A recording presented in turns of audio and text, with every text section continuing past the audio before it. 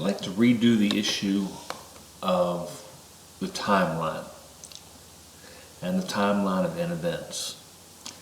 This won't mean much to most people who are seeing this video for the first time, but I always go back and amend videos and delete the earlier copy. And I think before we go too far with this, we have to address the elephant in the room. And that is that most people coming to this faith have been taught repeatedly that no one knows when the Messiah is returning. And they'll always quote Matthew 24:36. But about that day or hour no one knows, not even the angels in heaven, nor the Son, but only the Father. And they keep making this claim that therefore nobody's going to know. And that's a real problem, because what it really means is they can't read Scripture. So that sounds a little bit rough, so let's go ahead and define that. Matthew 24. There are 3 questions asked. Okay? 1, because the Messiah was just talking about the stones of the temple being tossed down, not one of them will remain. When will this occur? Secondly, when will you return? And when is the end of all things? So there are 3 questions. There are 3 answers. If you just say, oh, this must be this, in other words, the statement in Matthew 24:36, it has to be a comment with regards to the return of the Messiah. No, and so many people confuse that by saying, well, that means it happened, in that first generation.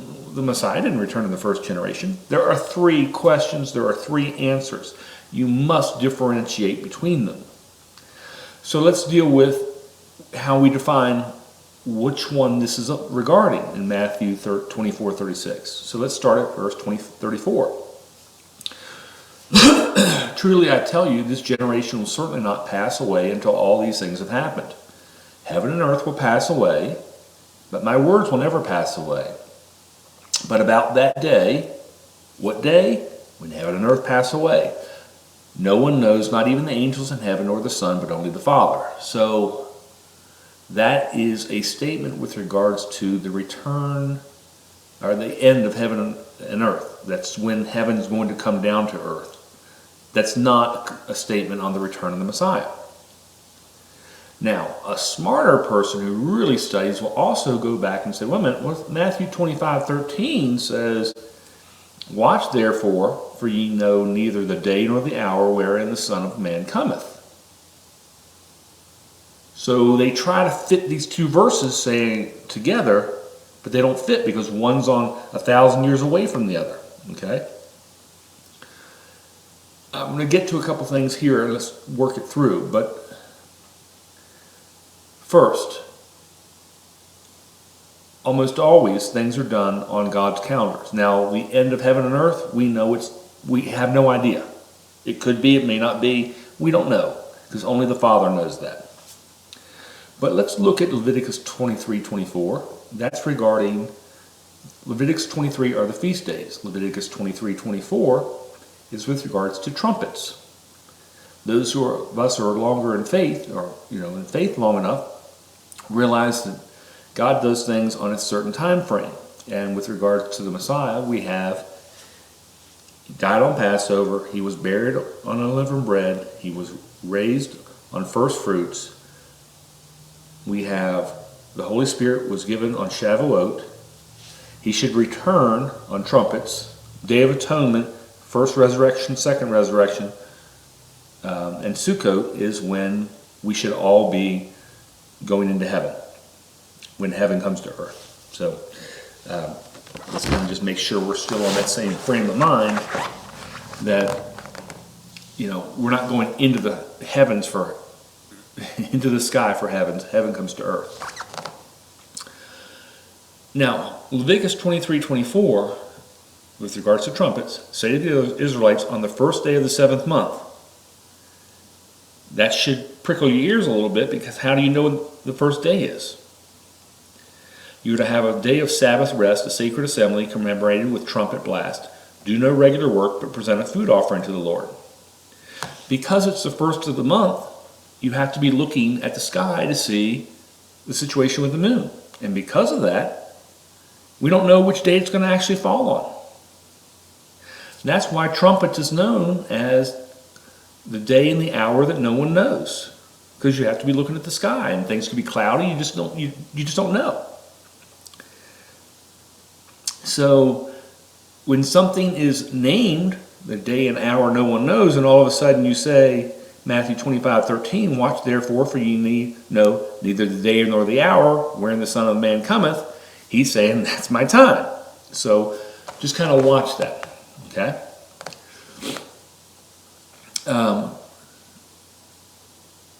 Now let's also look at a number of other things, but does he not always tell the elect what his plans are? And my statement is, yes, he does. Okay? And doesn't matter if it's my statement or not. Let's look at what the facts are. Let's look at scriptural references. Now, in this situation, we have Noah and Lot, because the Messiah, and if we're going to trust something, we should be trusting the Messiah. Matthew 24:37, as it was in the days of Noah, so will it be at the coming of the Son of Man. For in the days before the flood, people were eating and drinking, marrying and giving in marriage, up until the day Noah entered the ark. And they knew nothing about what would happen until the flood came and took them all away. That is how it will be at the coming of the Son of Man. So most people aren't going to know what's going on. Okay? Now, we have that in Matthew, but we also have another situation with regards to Lot. And we get that in Luke. Okay? And that's exactly after Lot is Luke 17:28. Noah's mentioned in Matthew 24:37, but he's also mentioned in Luke 17. But right after that, he talks about Lot. And again, the same situation, that they just don't know what's going on. Now, let's look at the 3 times we have an example of an Exodus type of event. We have Noah. Noah knew what day it was going to occur, Genesis 7:4. He listened, he obeyed, he got out. Lot, in Genesis 19:13 and 14, he knew what was going to happen and when. He obeyed, he got out. His wife turned around and tried to look back.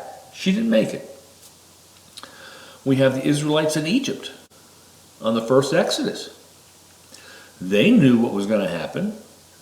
Again, this is Exodus 12. Moses told God in verse 12 what was going to happen. Moses told the Israelites in verse 21. They obeyed, which is verse 28. So they knew, they obeyed, they got out.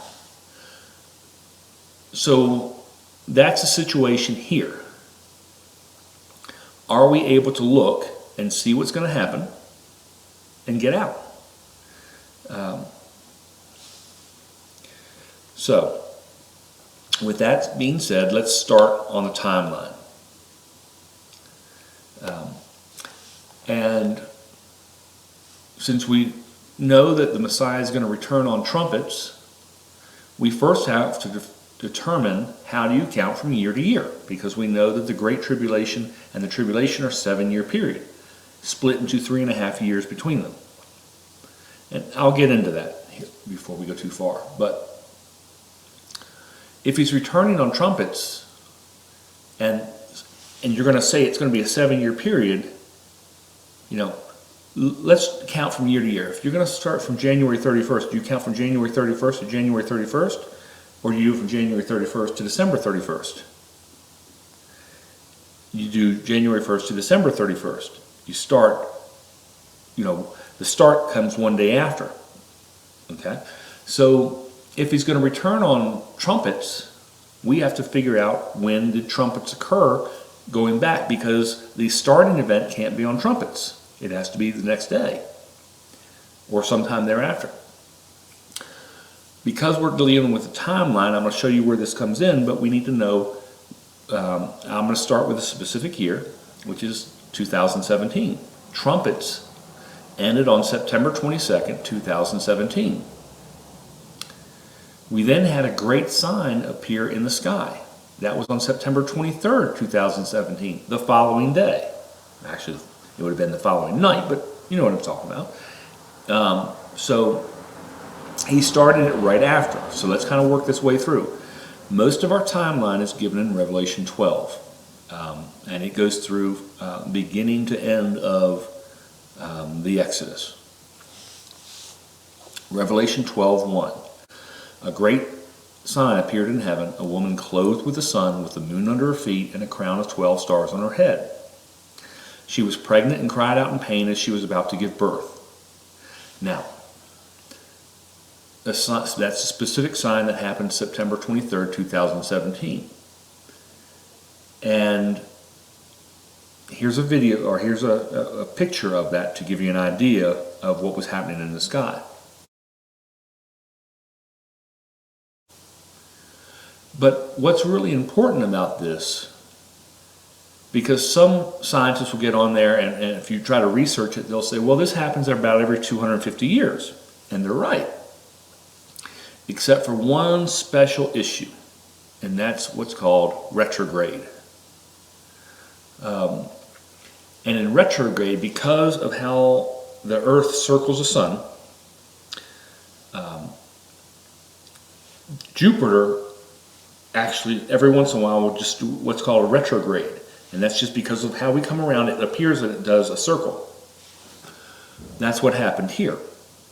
Jupiter was in retrograde, okay? And because Jupiter was in retrograde, it does this circle, and it stayed in the belly of the constellation Virgo for 41 weeks. That's what makes this special. Because of the retrograde action, this sign has not occurred in 7,000 years, nor will it occur for another 7,000 years. That's a great sign. In reality, even if it were just every 250 years, you would say it's a great sign because it doesn't occur that often.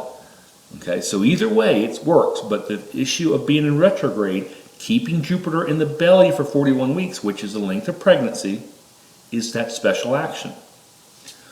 Now let's go to Revelation 12:3. Now I'm going to do a picture here for you, and I've kind of mapped out where that circular issue is.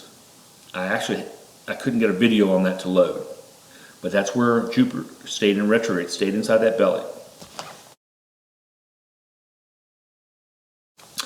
The next is Revelation 12:3. Then another sign appeared. Notice that it doesn't say a great sign, just a sign. The first one is a great sign. The second one is just a sign. Appeared in heaven an enormous red dragon with 7 heads and 10 horns and 7 crowns on its heads. Its tail swept a third of the stars out of the sky and flung them to earth. The dragon stood in front of the woman who was about to give birth so that it might devour her child the moment he was born. There are 2 possible constellations that work for this. One is Draco, which is the great dragon, also known as the red dragon. See how that kind of really works out? It's circumpolar, which means in a northern hemisphere it's always visible. The other is the constellation Serpens, which follows right after Virgo, right at her feet, right at the belly, in fact. Serpens is a serpent. And it has the crowns on its head.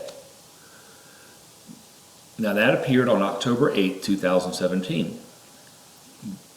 But much more importantly than that was the fact that you have what's called the Draconoid meteor shower, where 1/3 of all the stars that are visible in the universe, by eye visible, fell in a meteor shower that night.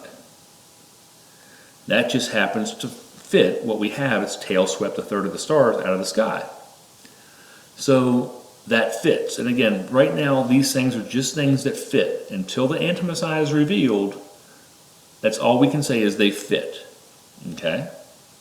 So what I'm saying in all this video, recognize I'm not saying it is absolute truth that this has to be. It all depends upon the Anti-Messiah being revealed. Now that happened on October 8th. October 8th just happened to be a Sunday night. Take that for what you will. That the sign of the devil was on Sunday or Sunday night. Both of those constellations would watch Virgo's feet, but serpents is closer. Now, why is that important? And we have one other event that's going to happen in the sky, but I want to mention Genesis 1:14, because the stars exist for one particular reason. And God said, "Let there be lights in the vault of the sky to separate the day from the night, and let them serve as signs to mark sacred times and days and years." Sacred times. So this would be one of the this is why the stars exist, is to show us this. So let's go to the next issue, Revelation 12:5. She gave birth to a son, a male child, who will rule all the nations with an iron scepter. And her child was snatched up to God and to his throne. The woman fled into the wilderness to a place prepared for her by God, where she might be taken care of for 1,260 days.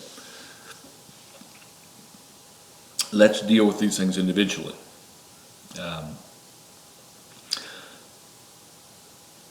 Since what day did this occur? This happened on October 13th, 2017. That's when Jupiter left the belly of Virgo.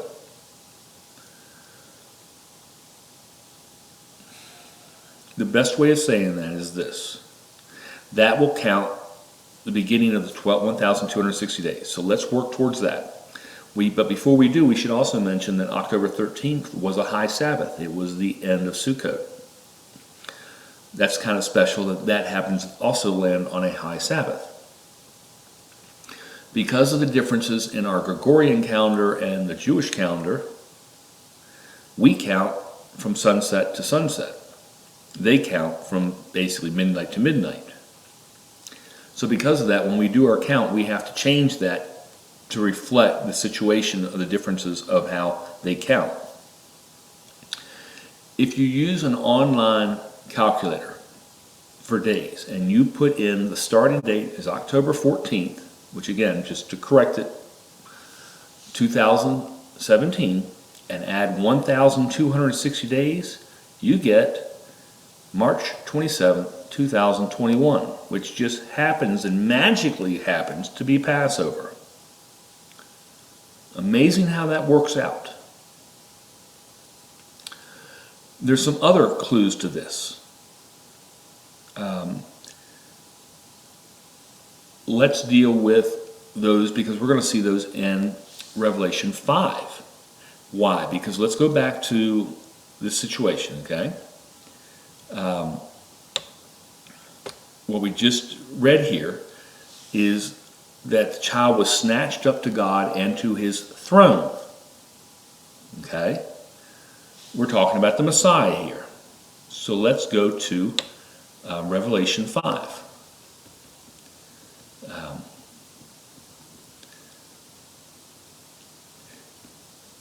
And with regards to that, you can see that when he sees the seals, no one is in heaven or on earth or under the earth who is able to open the seals. Why is that? That only leaves two places, because it can't be on heaven, can't be on earth, can't be under the earth. Which means anywhere between heaven and earth, he could be in the sky, or it could be above heaven. Take your choice. But it's one of those two locations. And we know from Revelation 5, no one was in heaven or on earth or under the earth at that time to open the seals. And then we move to the next verse, or set of verses, and the Lamb, the Messiah, is at the throne. Well, what do we hear in Revelation 12? He's taken up to the throne. And where do we see him in Revelation 5? At the throne. Should be kicking in. Which also means that the seal judgments cannot be opened until this situation occurs, until that birth starts, until he's left the belly. That's when the seals can start. Okay? So what's our next day? Well, let's finish up, before I go to the next day, let's finish up Revelation 12. Let's make sure it shows us the full 7 years. Revelation 12:13. When the dragon saw that he had been hurled to the earth, he pursued the woman who had given birth to the male child. The woman was given the two wings of a great eagle. That should prickle our ears. So that she might fly to the place prepared for her in the wilderness, where she would be taken care of for a time, times, and half a time, out of the serpent reach. Realize we just did the signs and added 1,260 days brought us to Passover at the midpoint. Times, and half a time is 3.5 years. So that's the final 7 years of the tribulation. The 3.5 plus the earlier 3.5 is their 7 years. But when it says to the wings of the great eagle, don't you think of Exodus 19? Exodus 19:4, you yourselves have seen what I did to Egypt and how I carried you on angels' wings and brought you out to myself. That's the Exodus. What do we hear here? That should be screaming to us that this is the Exodus. So that should be our defining issues. Now let's look to the next factor. The red heifer was born on September 4th, 2018 in Israel. That animal is able to be sacrificed anywhere between September 5th, 2020 and September 4th, 2021. It can't be used if it's too young. It can't be used if it's too old. That's a very special animal because there are only somewhere between 7 to 9 red heifers born or sacrificed ever. We don't know the exact number. It's either 7 or 9, but obviously very few. We have one of those right now existing. The Jews understand the importance of that animal. I cannot imagine them letting it go to waste. You're going to find the requirements of the red heifer in Numbers 19. Numbers 19:2, really more specifically. Now, because of when that animal is able to be sacrificed, which is September 5th, 2020, that's the earliest it can be sacrificed. And we move from that point to the Passover, we get 203 days. September 5th, 2020 to March 27th, 2021 is 203 days. That doesn't mean they sacrifice him on that first day and start at the altar. But they have to sacrifice him before they start doing their altar sacrifices. Or at least they should if they're going to follow the Torah to do it. I think they will. In reality, I guess they don't have to follow the Torah, but I think they will. But that gives plenty of time for that to occur and for the morning and evening sacrifices to start. I have another video on Daniel 12. I suggest you watch that. I give a lot more details on those 2 different days that are given from Daniel 12, which are the 1335 and it's 1,290 days. But the 1335 come from the Day of Atonement, which will be October 12, 2024. You go subtract 1335 and you get February 16, 2021, and that should be when the shell of the person that will be the anti-Messiah crosses the Jordan River to attack Israel. And that's Daniel 12:5. Then I, Daniel, looked, and there before me stood 2 others, one on this bank of the river and one on the opposite bank. Well, what do we know from Revelation 11? The 2 witnesses, they testify before the one who has authority on the earth. The anti-Messiah is given authority over the earth. So, where's he going to testify? Where are they going to testify? In front of him. So that's where they're going to be to start this. Okay. Then we have the other, which is the 1,290 days. And that's from the return of the Messiah going back until the abomination of desolation. The return on trumpets is October 3rd, 2024. And if you subtract 1,290 days, you get March 23rd, 2021 for the abomination of desolation, which is 4 days before that Passover. That's extremely important for a number of reasons. One, obviously in Matthew 24, that's when those who are in Judea flee to the mountain. Actually, they flee through the mountain. The Mount of Olives will split. They go through it to the place in the wilderness. And everyone else, is going to leave 4 days later. Now, recognize there are multiple groups. And we kind of need, I'll probably should discuss that now. So those who are in Judea, they leave as one, but they will then split into 2 groups. Why? Because one of those groups is going to go and be part of the 144,000. They're going to reach Mount Sinai on first fruits. Those who are everyone else who leave on Passover, they leave as one. They will split into two, and one set will go by plane, which is Isaiah, and they will get to Mount Sinai on first fruits. And so those from Judea and those from everyone else will meet at Mount Sinai on first fruits, and then everyone else that's from anywhere else in the world, and those who have left from Judea, everyone else who's not in the 144,000, they will then meet at Mount Sinai on a different date, and when they meet, all four of these groups are now together, okay? There's one other group, and that's one of the things that gets people confused, is you have to identify the groups. So,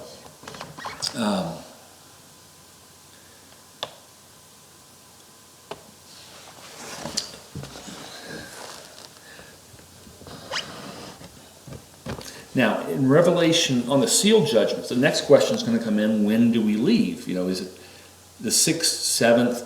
It should, most people would think, oh, that would be the 7th seal. We have to get through the seals. In reality, we're going to leave on the 6th seal. And that's very important for a couple reasons, but let's work this through, okay? Let's look at Revelation 6, verse 12. I watched as he opened the 6th seal. There was a great earthquake. The sun turned black like sackcloth made of goat hair.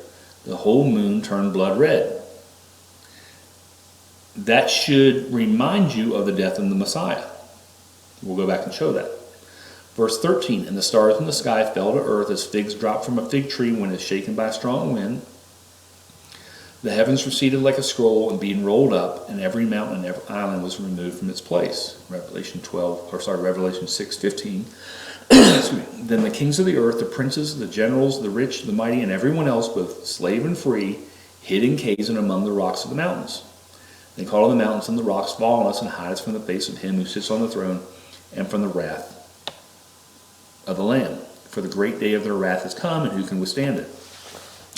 Now, why did I go through this? Because it appears that everyone who has to leave their home because of how bad things are, that starts right after we leave.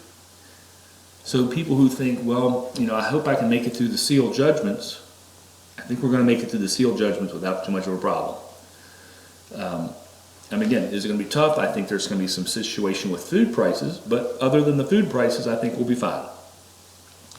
Again, the 4 horsemen, the apocalypse start, but if you look, the bad one is the 4th horseman that kills 25%, but it doesn't say he kills 25%. He says he has authority to do it. Authority is a huge issue because he doesn't have to kill them all at that time. He's going to start, but he doesn't have to end. He doesn't have to have the full number at that time. He can do it from that point forward. So I think because of the situation where we have the warnings from Lot and Noah, people aren't going to know this is really going on. It's going to kind of sneak up on them. And that's how he does things. That's how the Creator works. He's going to sneak things in for those who aren't watching or aren't listening. So, now, why do I say that with regards to that sounds like the situation of the Messiah? Let's compare those. For the death of the Messiah, we have Matthew, sun turned black like sackcloth. Matthew 27:45, darkness over the land. Mark 15:33, darkness over the land. Luke 23:44, darkness over the land. Luke 23:45, the sun stopped shining. And then in Matthew 27:54, we have an earthquake. So I think that should give us that clue that that's when the abomination is taking place. Because the anti-Messiah is going to try to appear to be just like the Messiah. Other than the fact he's lawless.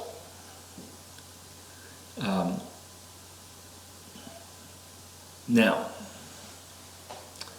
I have another video on this topic, but I still will mention it here, that those 4 days are important for 2 reasons. One, that's when you buy your lamb for Passover, so that's when Judea leaves, 4 days earlier. And secondly, because if he were to sacrifice himself on the altar to stop the morning and evening sacrifices, because we know that the anti-Messiah has a mortal head wound that is healed.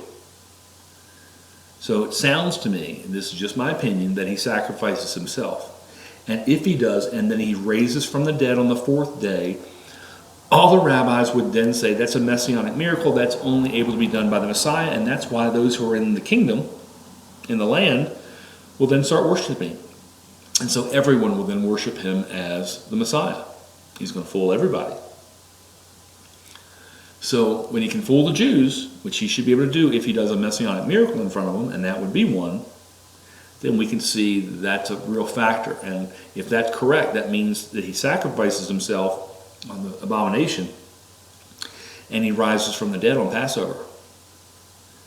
And if he's rising from the dead on Passover, that should be something that will prickle the ears of the Jewish rabbis as well. Now, in reality, we know the Messiah rose on first fruits. So he did it right. But the anti-Messiah is going to do it close enough to still fool people. Now, I mentioned first fruits. When does that occur? The midpoint, and that's when I think the 144,000 should reach Mount Sinai. It's April 4th, 2021. And then everyone else should arrive at Mount Sinai. If you look at Exodus 19:1, arrive at Mount Sinai on the first day of the third month. That should be May 10th, 2021. So, we'll all be then together except for the last group. And the last group are those who are in the first resurrection. First resurrection do not leave with us on Exodus. For whatever reason, they're left behind and they are beheaded. But because of that, that's what fools a lot of people, because they can't figure out these things because there's so many different groups. You have to find out your group first to understand the prophecies. Now, the start of the time for when those people who are in that last group, in the first resurrection, when can they first be beheaded? That's Revelation 14:13. Then I heard a voice saying from heaven, write this, blessed are the dead who die in the Lord from now on. Yes, says the Spirit, they will rest from their labor, for their deeds will follow them. This is after the seventh trumpet judgment. So if you're going to be in the first resurrection, you have to survive the trumpet judgments. There are 7 of them, and you're going to be suffering through those. And it's going to be horrible, and many people will not survive it, even if they're keeping the faith. But some of them will, and if they're beheaded for failure to, or for refusal of the mark of the beast, and they're keeping the word, then they will come in on the first resurrection. But if they die during the trumpet judgments, they'll go to the second resurrection. So there's a benefit if you can survive that and then be beheaded, because you will then reign with the Messiah for the 1,000 years. And you have, at that point in time, you have your transfigured body. As I've already mentioned, the other dates here are trumpets, when the Messiah should return, October 3rd, 2024, which should also be Armageddon. Day of Atonement, October 12th, 2024, that should be when the first resurrection occurs. And Sukkot, October 17th through 2024, that's when we should actually go for the first time and stay with the Messiah. Now, that's the math one way, and that fits. But is there another piece of math that we can do to show the time frame would also work for the Revelation 12 sign? And I believe there is. And that is the Genesis 6 argument. Genesis 6:3 says, I will not suffer man for more than 120 years. Was he talking about a cap on man's lifespan? Because if he did, that was really poorly said, because Noah lived 350 years after the flood. 120 years, 350 is greater. If you read Genesis 11, every single person mentioned in Genesis 11 is over 120 years. So he says 120, and then all these people are living way past that. Then we have Abraham. Abraham lives to 175. We've got Isaac, 180. Joseph, Jacob, they're all exceeding the 120. So that doesn't work. But there is something that does work, and that is the years of Jubilee. So let's kind of work through that. And the first starting point on that is to look at the current Jewish year. We, in a week, will be at the year 5780. as soon as we hit trumpets. So on the 10th of September 2019, we should be in the year 5780. I'm going to do the math for you first, and then I'm going to show you my math. That might make things easier. That way you can, if you don't care that much about the geeky part of doing the math, you can just say, okay, I can see it. Okay? If we take 5780 and we subtract the years of the flood, which is 1656, and I can show you that, on where we get the math for 1656, but I've done it.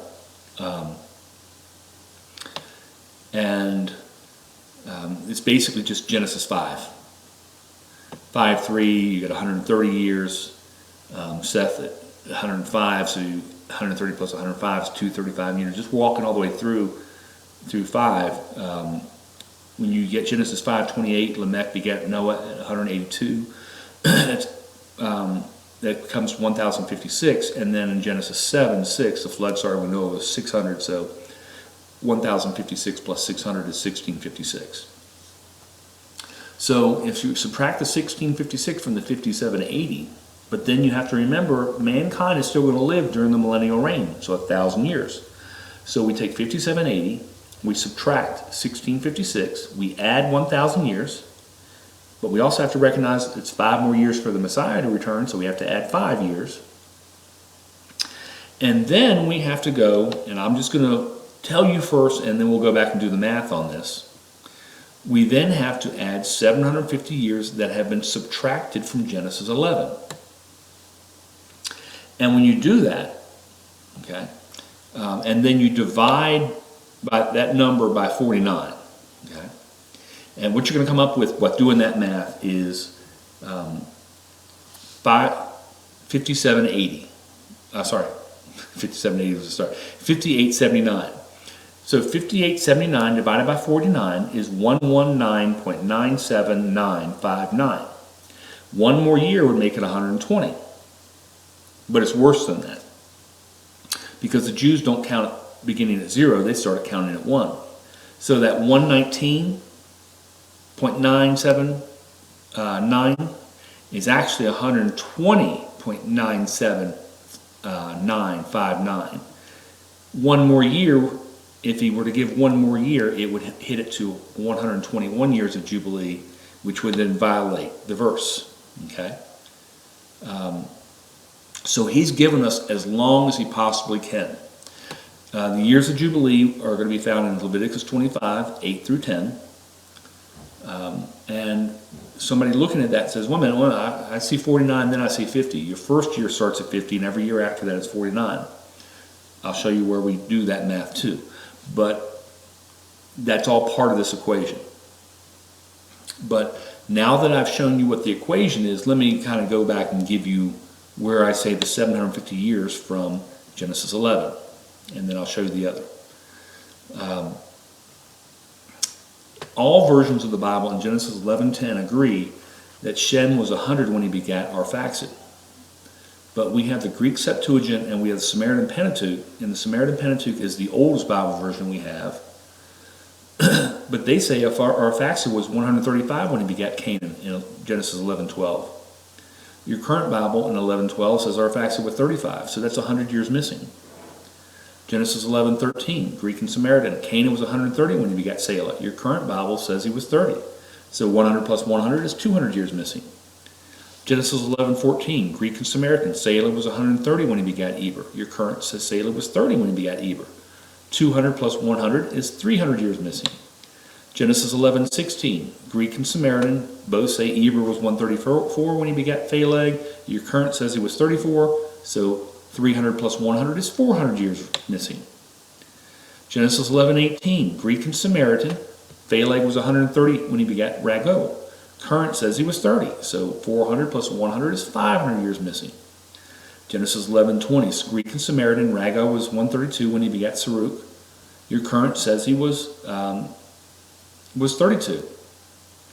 So 500 plus 100 is 600 years missing. Genesis 11:22, Greek and Samaritan both say Saruk was 130 when he begat Nahor. Your current says he was 30 when he begat Nahor. 600 plus 100 is 700 years missing. And this is the only time we have a difference between the older versions, is Genesis 11:24. The Samaritan says Nahor was 79 when he begat Terah. 700 plus 50 is 750 years. And the Greek says in Genesis 11:24 says Nahor was 179 when he begat Terah. 700 plus 150 is 850 years missing. And the current says he was 29. So I'm going to take the issue from the oldest version as being the most accurate. So 750 years, which is missing. That's where we get, so the 5780 minus 1656 plus 1000 for the millennial reign, plus 5 for the return of the Messiah, plus 750 that was deleted, gets you the 5879. Now, again, the first year is counted at 50, but when do the Jews start their year? And when should they start their year? They're starting in September at trumpets. That's 6 months off. They should be starting it, like we all should be starting it, in the first month of Aviv. That's Exodus, tells us that. So let's actually start it correctly. So because of that, we've got 1 year, and then we've got 6 months. So however you want to argue, whether it's canceling each other out or canceling out half a year, however you want to deal with it, we're at the end, okay? And we can't go another year or it's over. We have exceeded the situation. Now, Deuteronomy 19:15 says a matter must be established by the testimony of 2 or 3 witnesses. Well, I've just shown 2 witnesses that say this, we are in our current end times. But remember, that doesn't mean anything, even if that's correct, because we still have the Anti-Messiah who has to be revealed, and if he is not revealed, we've got nothing. There is one other witness out there who is not going to agree with anything, and so I'll walk through that. But before I do, I want to talk briefly, and I mean very briefly, about the 4 horsemen. The first and second horsemen, is there any time that we could say is without unrest and without war? So are we going to be able to really learn anything from seeing what's going on with the news? I don't think we can. The third horseman is wheat and barley, and that's I've got a very detailed teaching on that, on the seal judgments, with regards to the price and where that is, and what's happening in Israel with regards to wheat and barley. But again, that's just going to be an economic issue. It's not going to be something that's going to crush us, but it's because of that, but it's going to be worse for our food supply. And then we have the 4th horseman, which I again mentioned from Revelation 6:8, is authority to kill. Now, the last witness out there, which I can't do the math on, and I think Solomon couldn't do the math on, is in John 21:11, the 153 fish.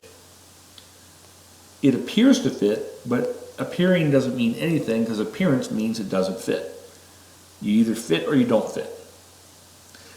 So in other words, what I mean by that is if I'm counting that as Jubilees, 153 from the time of Adam until the last person alive, if I use a current Bible with our 5879 and the 1656 years prior to the flood, I get 153.79 Jubilees.